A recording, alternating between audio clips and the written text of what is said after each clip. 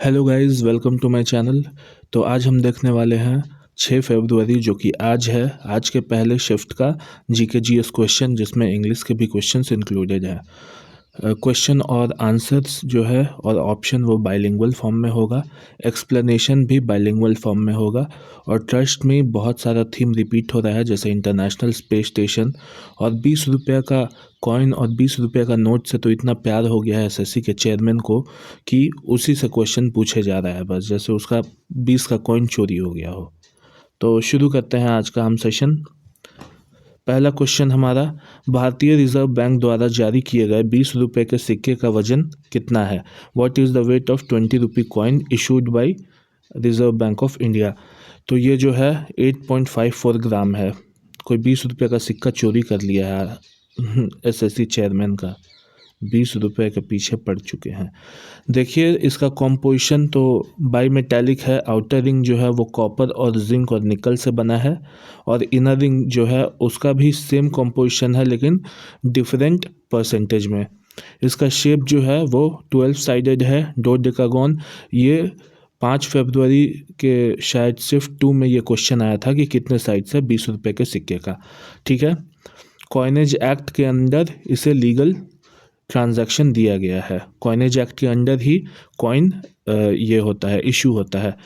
Coinage act में जो है मिंटिंग अथॉरिटी किसके पास है? तो सेंट्रल गवर्नमेंट होल्ड करता है पावर डिज़ाइन करने का कॉइन को और मिंट करने का। आरबीआई बस उसे सर्कुलेट करता है। ठीक है, एक लीगल टेंडर है कॉइन भी। सरकार जो है वो 1 रुपये का 50 पैसे का सिक्का से लेकर के 1000 रुपये तक का सिक्का भी मिंट कर सकती है। ठीक है, ध्यान रखना है 1000 रुपये का मैक्सिमम डिनोमिनेशन का सिक्का अगर सरकार चाहे, सेंट्रल गवर्नमेंट तो इशू कर सकती है।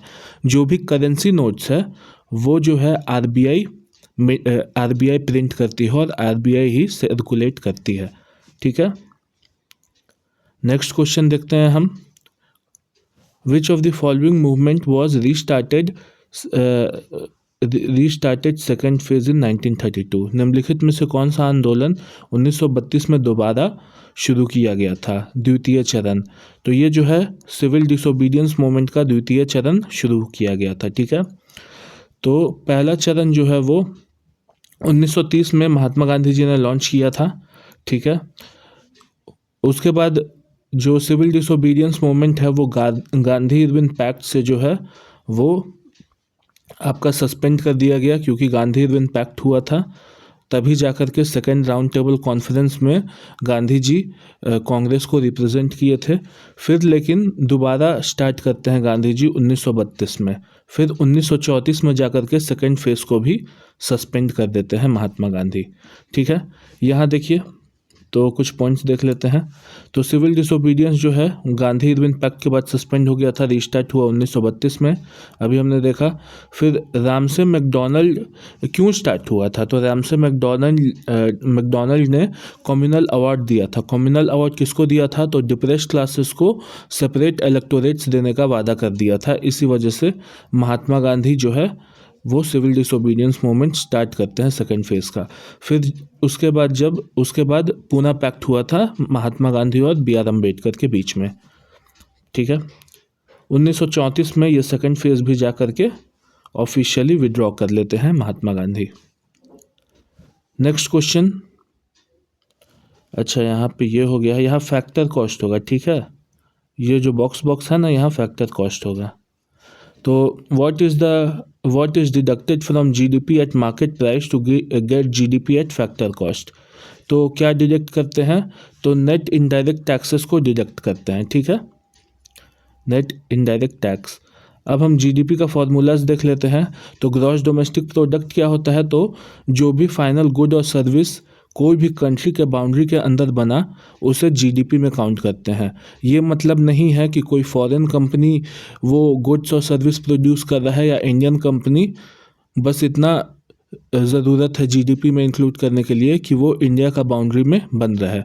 जैसे मान लीजिए कि फेसबुक और इंस्टाग्राम का जो पेरेंट कंपनी मेटा है वो अपना सर्विस प्रोवाइड करता है इंडिया में उसका ब्रांच है। इंडिया का ब्रांच जितना भी पैसा जनरेट करता है सर्विसेज के थ्रू, तो वो इंडिया के जीडीपी में ही काउंट होगा।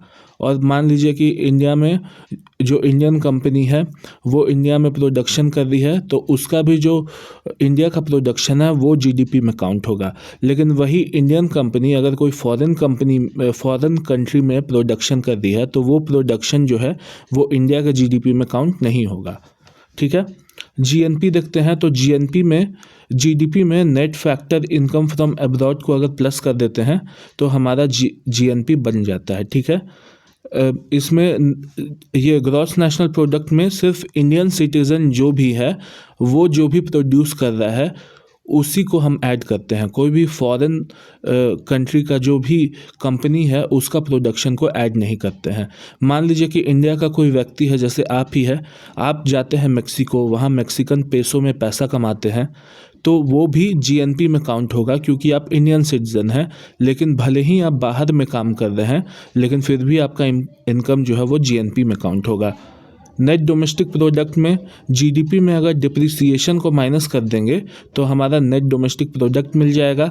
नेट नेशनल प्रोडक्ट में अगर जीएनपी में डिप्रिसिएशन को माइनस कर देंगे तो हमारा नेट नेशनल प्रोडक्ट मिल जाएगा। फिर जीडीपी एट मार्केट प्राइस, तो जीडीपी में अगर नेट इनडायरेक्ट टैक्सेस को इंक्लूड करते हैं और सब्सिडीज़ को माइनस कर देते हैं तो हमारा जीडीपी एट मार्केट प्राइस मिल जाएगा। और जीडीपी एट फैक्टर कॉस्ट में अगर हम जीडीपी में इंक्लूड करते हैं इनडायरेक्ट टैक्सेस लेकिन ये इंक्लूड कर देते हैं सब्सिडीज़ को भी, तो हमारा जीडीपी एट फैक्टर कॉस्ट मिल जाएगा।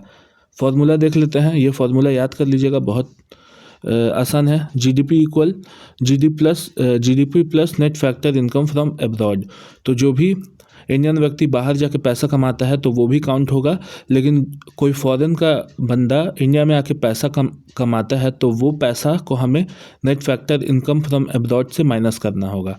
ठीक है, एनडीपी में क्या हो जाएगा, तो जीडीपी माइनस डिप्रिसिएशन, एनएनपी में GNP minus depreciation, GDP at factor cost, ये फैक्टर कॉस्ट है, तो जीडीपी एट फैक्टर कॉस्ट में क्या होगा, तो जीडीपी एट मार्केट प्राइस में नेट इनडायरेक्ट टैक्सेस को अगर हम माइनस करते हैं तो जीडीपी एट फैक्टर कॉस्ट मिल जाएगा हमें। तो नेट इनडायरेक्ट टैक्सेस कैसे निकालेंगे, तो सब्सिडीज़ में जो भी सरकार सब्सिडी देती है उसमें इनडायरेक्ट टैक्सेस जैसे कि जीएसटी ये सब को माइनस कर देंगे तो हमारा नेट इनडायरेक्ट टैक्सेस मिल जाएगा। Next question, What is the process of managing the flow of goods from raw material to final state of product? कच्चे माल रॉ मटेरियल से लेकर उत्पाद की अंतिम बिक्री तक वस्तुओं के प्रवाह को प्रबंधित करने की प्रक्रिया को क्या कहते हैं, तो ये ट्रेड लॉजिस्टिक व्यापार रसद कहते हैं। ठीक है, देख लेते हैं ये कैसे होता है। तो प्रोसेस फ्लो होता है, रॉ मटेरियल का प्रोडक्शन हम करते हैं, फिर डिस्ट्रीब्यूशन करते हैं, उसका अलग अलग जगह भेजते हैं उसको, तो वही ट्रेड लॉजिस्टिक कहलाता है। फिर जा कर के जब अपना डेस्टिनेशन पे सारा प्रोडक्ट पहुंच जाता है, रिटेलर के पास पहुंच जाता है, दुकानों में पहुंच जाता है, तो वहाँ से फाइनल सेल होता है उस प्रोडक्ट का, तो ट्रेड लॉजिस्टिक हमारा सही आंसर होगा। नेक्स्ट क्वेश्चन, सेल्यूकस निकेटर कौन थे और उनका राजदूत किसके शासनकाल में भारत आया था? Who was Seleucus Nicator and during whose reign did the ambassador visit India? तो ये जो है हमारा ऑप्शन बी हो जाएगा।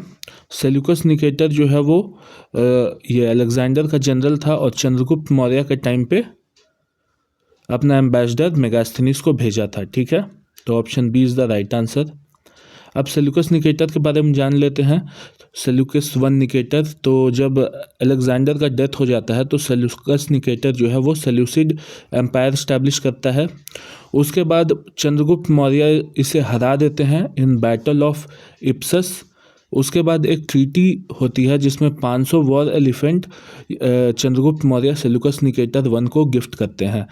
बदले में सेल्यूकस निकेटर क्या करता है कि अपनी बेटी हेलेना को चंद्रगुप्त मौर्य से विवाह करवाता है, मैट्रिमोनियल अलायंस बनाता है। ठीक है, फिर सेल्यूकस निकेटर मेगास्थनीस को एज अ ग्रीक एम्बेसडर भेजता है चंद्रगुप्त मौर्य के कोर्ट में, और उसके बाद मेगास्थनीस जो है वो इंडिका किताब लिखता है जो कि कैपिटल सिटी पाटलिपुत्र और मॉडर्न एडमिनिस्ट्रेशन और सोसाइटी के ऊपर बेस्ड है। तो ये बहुत इंपॉर्टेंट फैक्ट है, ये सब याद कर लीजिए।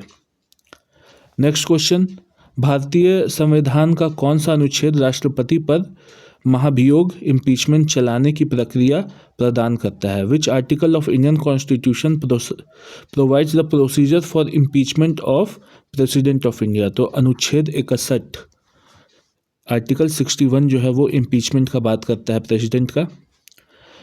प्रेसिडेंट का इम्पीचमेंट जो है वो सिर्फ एक ही ग्राउंड पे हो सकता है, वो है violation of the constitution of India. अगर कॉन्स्टिट्यूशन का वायलेशन करते हैं प्रेसिडेंट तभी उसी ग्राउंड पे उनका इम्पीचमेंट हो सकता है। यहाँ कुछ इंपॉर्टेंट आर्टिकल है। आर्टिकल 52 में प्रेसिडेंट ऑफ इंडिया के बारे में बताया गया है कि there shall be a president of India, मतलब एक राष्ट्रपति भारत का होना ही चाहिए एनी टाइम और एनी हाउ। ठीक है, कभी भी वो सीट खाली नहीं होनी चाहिए। एग्जीक्यूटिव पावर आर्टिकल 53 में बताया गया है प्रेसिडेंट का। इलेक्शन कैसे होगा प्रेसिडेंट का? तो इलेक्टोरल कॉलेज बनेगा, एक ठो इलेक्टोरल कॉलेज बनता है किसका किसका?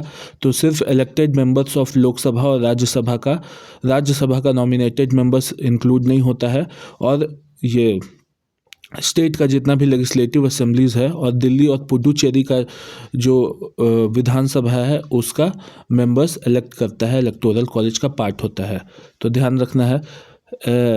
आर्टिकल 55 में इलेक्शन प्रोसीजर होगा, किस तरह से प्रेसिडेंट का इलेक्शन फॉलो होगा? Proportional representation by means of single transferable vote, और first past the post system normal voting होता है जो हम लोग करते हैं एमपी एमएलए को चुनने के लिए, तो वो first past the post system होता है। लेकिन प्रेसिडेंट का इलेक्शन होता है आपका proportional representation by the means of single transferable vote. Term of office कितना होना चाहिए? तो 5 साल का टर्म ऑफ ऑफिस होना चाहिए।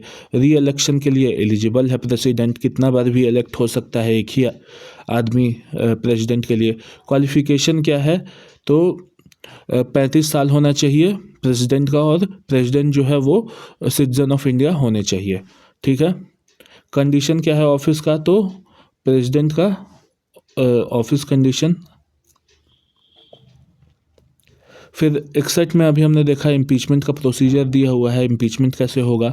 तो वायलेशन ऑफ कॉन्स्टिट्यूशन पे होता है। वैकेंसी होता है तो 6 महीने के ये जो हमारा वाइस प्रेसिडेंट है वो एक्टिंग प्रेसिडेंट बन जाते हैं, और 6 महीने के अंडर दोबारा से प्रेसिडेंट का इलेक्शन होना चाहिए। ठीक है, आर्टिकल 70 है डिस्चार्ज ऑफ फंक्शंस, कि क्या क्या फंक्शन है प्रेसिडेंट का? फाइनेंशियल फंक्शन है, जुडिशियल फंक्शन है। आर्टिकल 71 क्या है? तो इलेक्शन डिस्प्यूट, अगर इलेक्शन का डिस्प्यूट होता है, जो प्रेसिडेंट बना और उसका जो राइवल अगर उसको सेटिस्फैक्शन नहीं है कि कुछ मैल प्रैक्टिस हुआ है, तो वो सुप्रीम कोर्ट जा कर के ये कार्रवाई करवा सकता है। पार्डनिंग पावर है आर्टिकल 72 में। प्रेसिडेंट किसी भी डेथ सेंटेंस को पार्डन कर सकते हैं, रिप्राइव रिमिट ये सब कर सकते हैं। एड एंड एडवाइस लेना है, काउंसिल ऑफ मिनिस्टर और चीफ मिनिस्टर का एड एंड एडवाइस लेना है, और ये एड एंड एडवाइस जो है वो बाइंडिंग है प्रेसिडेंट के ऊपर। और आर्टिकल 75 में पीएम और मिनिस्टर्स, तो प्रेसिडेंट अपॉइंट करते हैं प्राइम मिनिस्टर को और काउंसिल ऑफ मिनिस्टर को on the recommendation of prime minister. तो ये आर्टिकल था प्रेसिडेंट का, क्विक रिवीजन कराया मैंने। आप लोग पीडीएफ डाउनलोड कर लीजिएगा, डिस्क्रिप्शन में लिंक दे दूंगा मैं टेलीग्राम का, वहाँ से आप लोग फिर से रिवाइज कर लीजिएगा। Next question, in which city Uttarakhand is the world famous Kumbh Mela organised? तो ये कहाँ पे ऑर्गेनाइज हुआ है? तो हरिद्वार में। ठीक है, हरिद्वार उत्तराखंड में। अब कुंभ मेला का देख लेते हैं कितने टाइप का कुंभ मेला होता है। तो एक नॉर्मल कुंभ होता है जो 3 साल में एक बार होता है। एक अर्ध कुंभ होता है जिसे हाफ कुंभ कहते हैं, वो 6 साल में होता है हरिद्वार इलाहाबाद में। एक पूर्ण कुंभ होता है जो हर प्रत्येक 12 साल में होता है और 4 सिटीज़ में होता है। वो 4 सिटीज़ अभी हम देखेंगे। और एक महाकुंभ होता है जो 144 साल में होता है। ठीक है, मतलब 12 पूर्ण कुंभ मिला करके, 12 फुल कुंभ मिला करके एक महाकुंभ बनता है। ठीक है, 12 का स्क्वायर 144। और एक माघ कुंभ जो है वो एनुअली हर साल होता है प्रयागराज में। ठीक है, अब 4 प्लेसेस जहाँ पे कुंभ मेला ऑर्गेनाइज होता है, तो एक हरिद्वार, अभी हमने देखा गंगा नदी के किनारे। प्रयागराज त्रिवेणी संगम, जो गंगा यमुना और सरस्वती का मेल होता है जहाँ, वहाँ पे होता है। तीसरा उज्जैन का शिप्रा नदी के किनारे, और नासिक का गोदावरी नदी के किनारे भी ये पूर्ण कुंभ होता है। ठीक है, पूर्ण कुंभ जो है वो 12 साल में होता है और ये 4 सिटीज पे होता है। ठीक है, नेक्स्ट क्वेश्चन, प्रसिद्ध शालीमार गार्डन लाहौर का निर्माण किसने करवाया था? Who build the famous Shalimar garden of Lahore? तो ये जो है शाहजहां ने लाहौर का शालीमार गार्डन को ये बिल्ड कराया था। और ये जो है आपका मुग़ल चारबाग स्टाइल में कंस्ट्रक्टेड है। चारबाग मतलब ऐसे रहेगा और यहाँ पे जो है ये ठंडा पानी जाते रहेगा और यहाँ पे आपका बाग होगा, फूलों का बाग होगा। ठीक है, तो 2 ठो जो था आपका वो ये 2 शालीमार गार्डन था।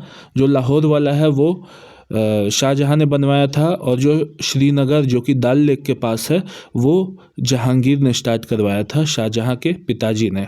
ठीक है, अब देखते हैं कि शाहजहां ने कौन कौन सा मॉन्यूमेंट बनवाया। तो 5 मॉन्यूमेंट देखते हैं। तो ताजमहल सबसे फेमस मौसोलोनियम है, आगरा में है। अपनी बीवी मुमताज़ महल की याद में बनवाया था उनका मकबरा। रेड फोर्ट, दिल्ली का रेड फोर्ट जो है वो भी शाहजहां ने बनवाया था।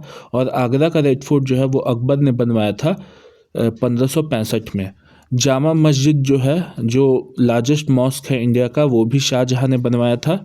शालीमार गार्डन अभी हमने देखा, चारबाग स्टाइल गार्डन जो कि लाहौर में है, वो बनवाया था।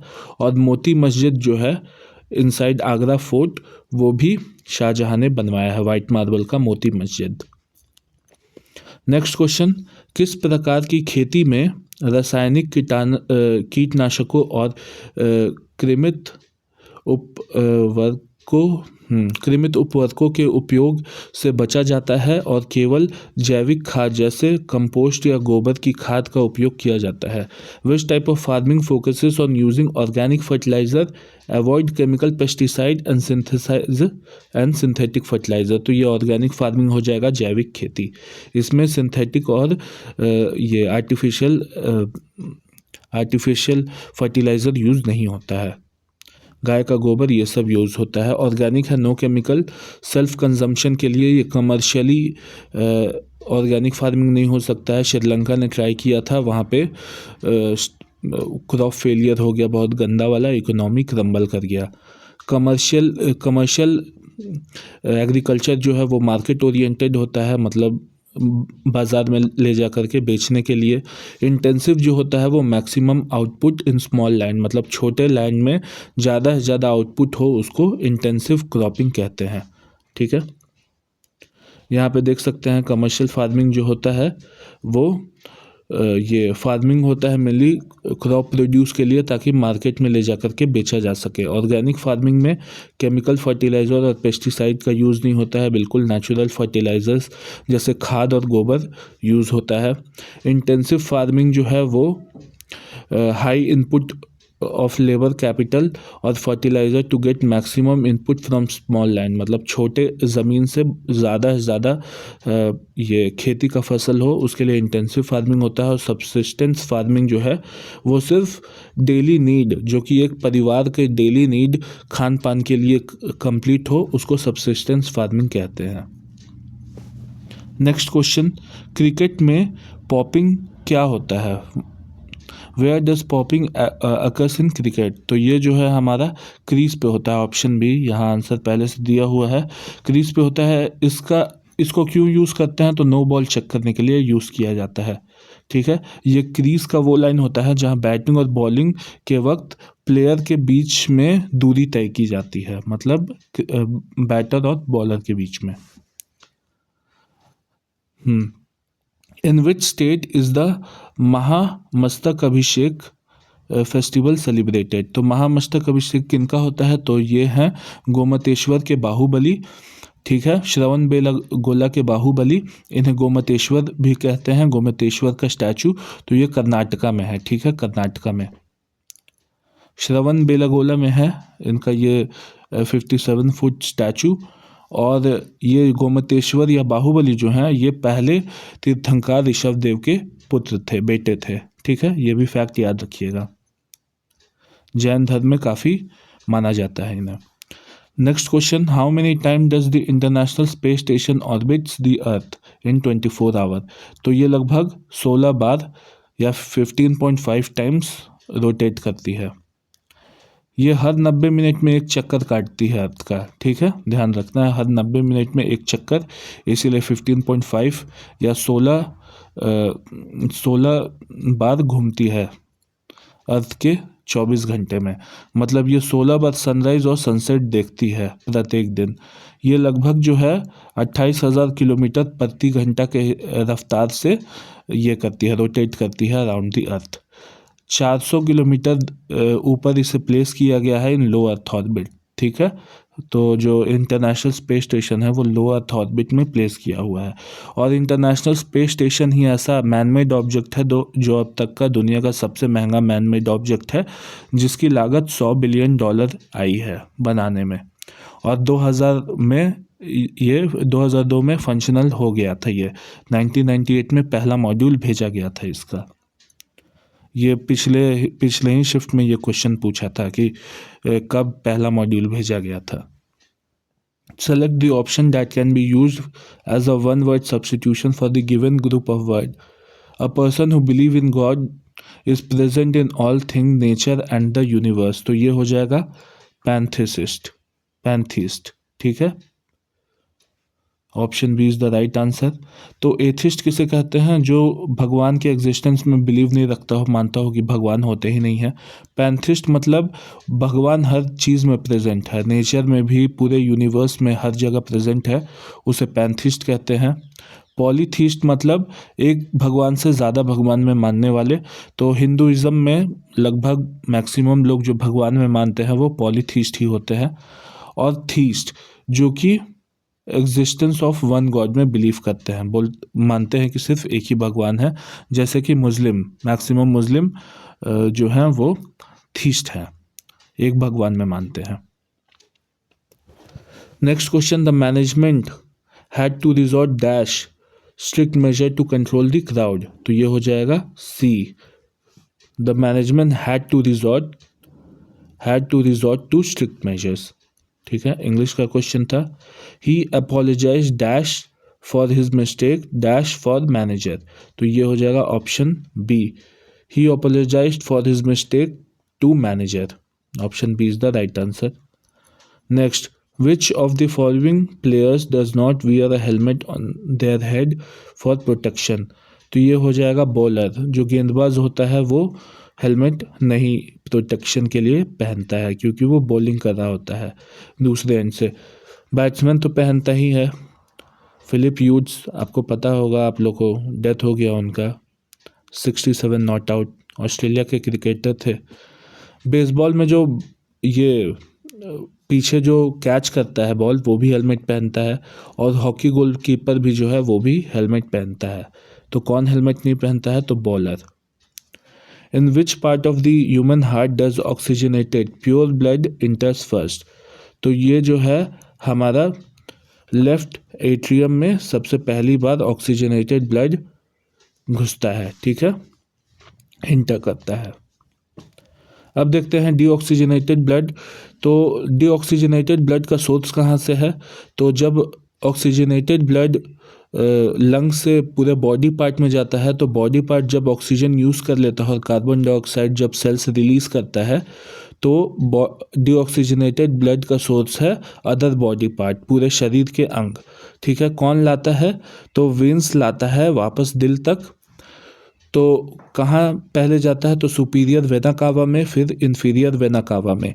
पाथ क्या है, तो बॉडी से डीऑक्सीजनेटेड ब्लड वेना कावा में आएगा वेन्स के थ्रू, फिर राइट एट्रियम में जाएगा, फिर राइट वेंट्रिकल में, फिर पल्मोनरी आर्टरी में, देन लंग्स में जाएगा। फिर लंग्स में जाता है तो वहाँ पे ऑक्सीजनेट होता है वापस से ब्लड, ठीक है। तो यहाँ पल्मोनरी आर्टरी इकलौती धमनी है जो डीऑक्सीजनेटेड ब्लड को ले जाती है। तो ये फैक्ट याद रखना है, पल्मोनरी आर्टरी डीऑक्सीजनेटेड ब्लड ले जाती है। अब ऑक्सीजनेटेड ब्लड कैसे कैसे होता है, तो सोर्स क्या है, तो ऑक्सीजनेटेड ब्लड लंग्स से निकलता है। हम जब सांस लेते हैं लंग्स में ऑक्सीजन जाता है, वहाँ पे जो डीऑक्सीजनेटेड ब्लड आया हुआ है उससे हम कार्बन डाइऑक्साइड छोड़ देते हैं, तो वो ब्लड वेसल्स में फिर ऑक्सीजन कैरी होता है लंग्स के थ्रू, वहाँ पे ब्लड में ऑक्सीजन भरता है। फिर ले कौन जाता है, तो पल्मोनरी वेन, बाकी बॉडी पार्ट में वो ऑक्सीजनेटेड ब्लड ले जाता है। पाथ क्या है ऑक्सीजनेटेड ब्लड का, तो लंग्स से जाता है पल्मोनरी वेन्स में, फिर लेफ्ट एट्रियम जाता है। यही हमारा सवाल था कि सबसे पहले कहाँ इंटर करता है ऑक्सीजनेटेड ब्लड, तो लेफ्ट एट्रियम में, फिर लेफ्ट वेंट्रिकल में एंटर करता है, फिर ऑरोटा में, धमनी में जाता है, फिर पूरे शरीर में ऑक्सीजनेटेड ब्लड का वितरण हो जाता है। तो पल्मोनरी वेन जो है वो इकलौती शरीर की वो धमनी है जो ऑक्सीजनेटेड ब्लड लाती है, ठीक है। ये वाला पॉइंट याद कर लीजिएगा।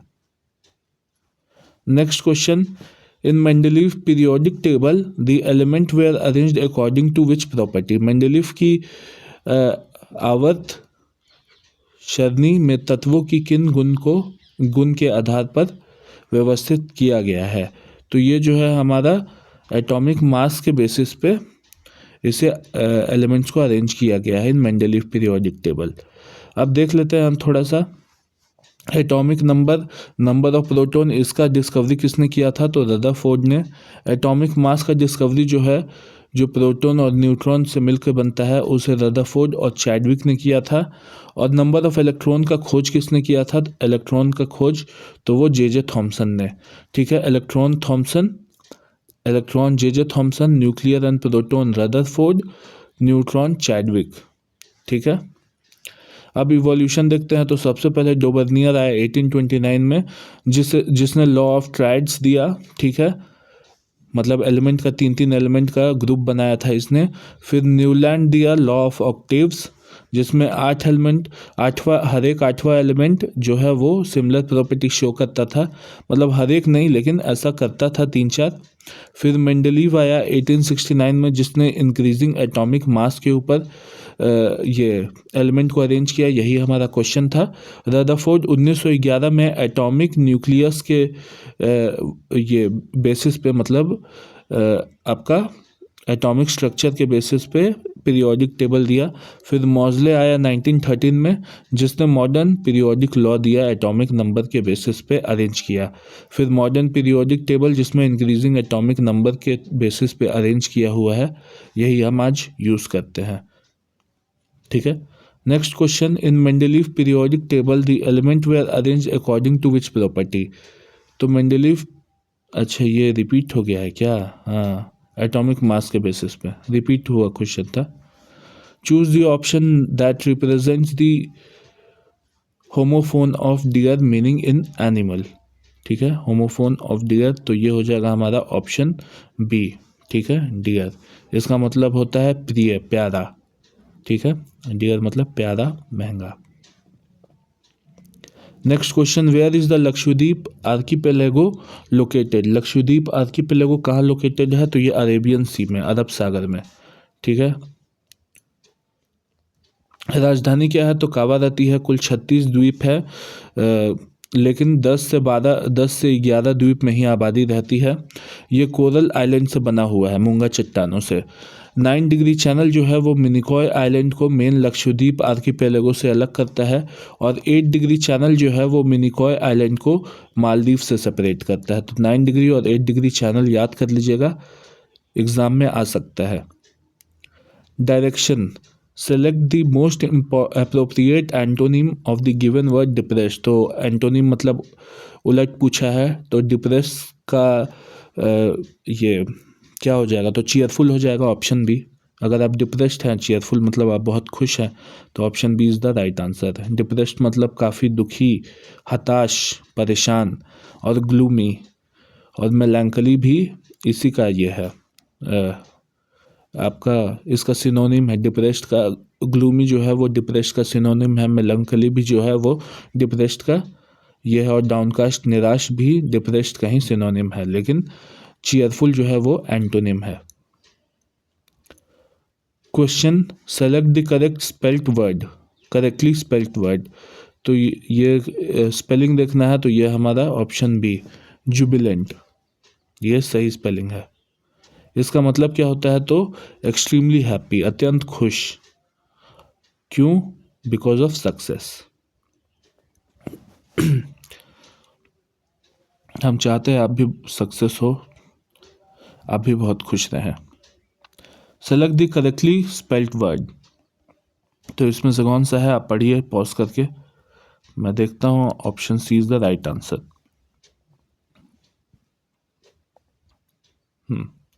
इम्प्लीमेंटेशन का क्या मतलब है, तो प्लान को एग्जीक्यूट करना, मॉडल डिज़ाइन करना, एल्गोरिदम, पॉलिसी, एडमिनिस्ट्रेशन, ये सब अच्छे से करना। नेक्स्ट क्वेश्चन, तेल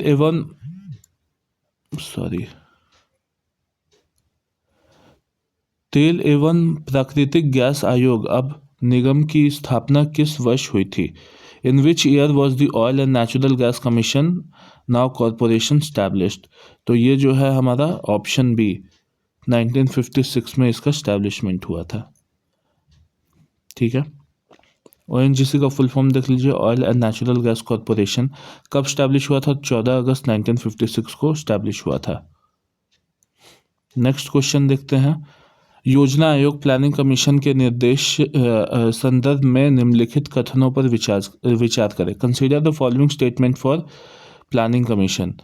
तो planning commission was established in 1952। The head of the planning commission is the president. तो दोनों ही स्टेटमेंट गलत है, दोनों ही कथन, तो ऑप्शन डी हमारा सही उत्तर हो जाएगा, ऑप्शन डी। अब देखते हैं क्यों गलत है, तो 15 मार्च 1950 को एग्जीक्यूटिव रिजोल्यूशन के थ्रू प्लानिंग कमीशन बना था, ना कि 1952 में। ठीक है, ना कि 1952 में। 6 अगस्त 1952 को राष्ट्रीय विकास परिषद एनडीसी की स्थापना हुई थी। ठीक है, और ये एग्जीक्यूटिव रिजोल्यूशन से बना था। नेशनल डेवलपमेंट काउंसिल जो है वो 6 अगस्त 1952 में इस्टेब्लिश हुआ था। एक्स ऑफिशियो चेयरमैन जो है वो प्राइम मिनिस्टर होता है, ना कि प्रेसिडेंट होता है। ठीक है, तो पंडित जवाहरलाल नेहरू पहले चेयरमैन थे प्लानिंग कमेटी के, प्लानिंग कमीशन के। यहाँ पे कुछ फैक्ट्स देख लेते हैं, तो यही है, वही सेम है। 15 मार्च 1950 नॉन कॉन्स्टिट्यूशनल बॉडी है, non statutory body, executive resolution से बना है।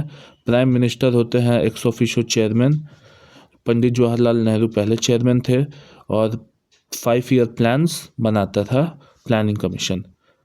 ठीक है, next question, the greatest my own story पुस्तक किसके द्वारा लिखी गई है? तो by whom was the book the greatest my own story written? तो ये मोहम्मद अली का बुक है। Muhammad Ali greatest of all time heavyweight boxer कहलाए जाते हैं। ठीक है, और 1975 में अपनी ऑटोबायोग्राफी इन्होंने पब्लिश की थी। Next question, in which year did the state bank of Mysore merge in state bank of India? तो ये 2017 में मर्ज कर दिया गया था स्टेट बैंक ऑफ मैसूर को स्टेट बैंक ऑफ इंडिया से। ठीक है, 1 अप्रैल 1917 बोल रहा। As August 2025 the number of elected women representative in the Indian Panchayati Raj institution has reached over how many lakhs? तो ये 14.5 लाख जितना नंबर पहुंच गया है elected representative of Panchayati Raj institution.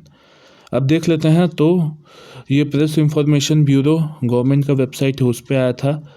लगभग रिप्रेजेंटेशन है आपका इलेक्टेड वुमेन रिप्रेजेंटेटिव 46% है total elected representative in Indian Panchayati institution. तो अभी भी जो है मेल लोग ज़्यादा हैं, 54% है। टोटल 14.5 लाख हैं रिजर्वेशन जो है वो 73rd कॉन्स्टिट्यूशनल अमेंडमेंट एक्ट 1992 के तहत आया था।